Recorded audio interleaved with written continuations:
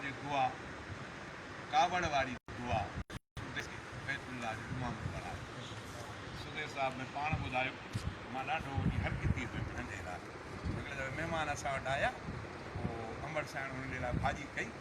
अमड़ जो थोरो हीअं कम सां वई मां वरी वारीअ जो बुक वरी भाॼीअ में अमड़ जो आई कावड़ जी पई कावड़ में चई त अलाह काबे जो इमाम पढ़ाई चई त कावड़ में पर अॻिते अलाह ताला माउ खे तूं न रंजाईंदो कर माउ त हस्ती वॾी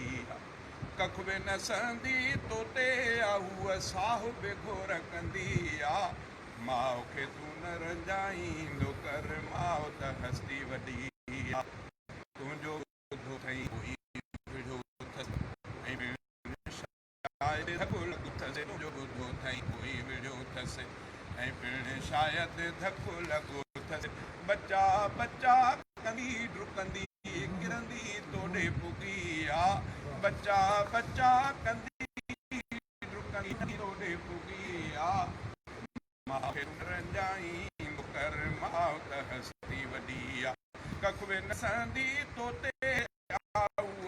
बि घोरंदी आहे माउ खे तूं न रंजाईंदो कर माउ त हस्ती वॾी आहे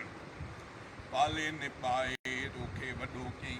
पोइ बि अमड़ साण मिड़े पाले न पाए तोखे वॾो कई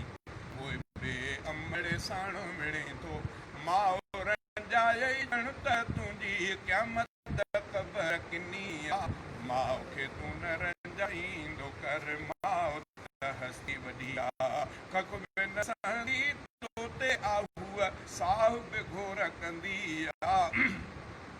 माउ खे तूं न रंजाईंदो कर माउ त हस्ती वॾी आहे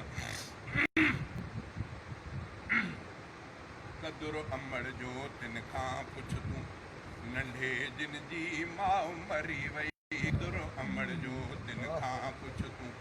नंढे जिन जी माउ मरी वई माउ जो प्यार न जिन खे मिलियो तिन जी कहिड़ी ख़ुशी आहे माउ खे तूं न रंजाईंदो कर माउ त हस्ती वॾी आहे उफ़ बि अमड़ खे न कंदो कर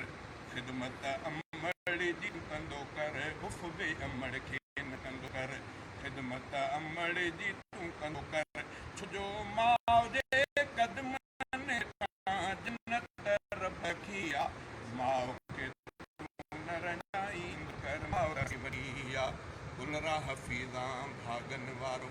तुंहिंजी अमड़ ज़िंदा आहे गुलरा हफ़ीज़ा भागनि वारो तुंहिंजी अमड़ ज़िंदा आहे माउ मरी वई जिन जी तिन खे ख़लक़त छो चवंदी आहे माउ खे तूं न रंजाईंदो कर माउ त हस्ती वॾी आहे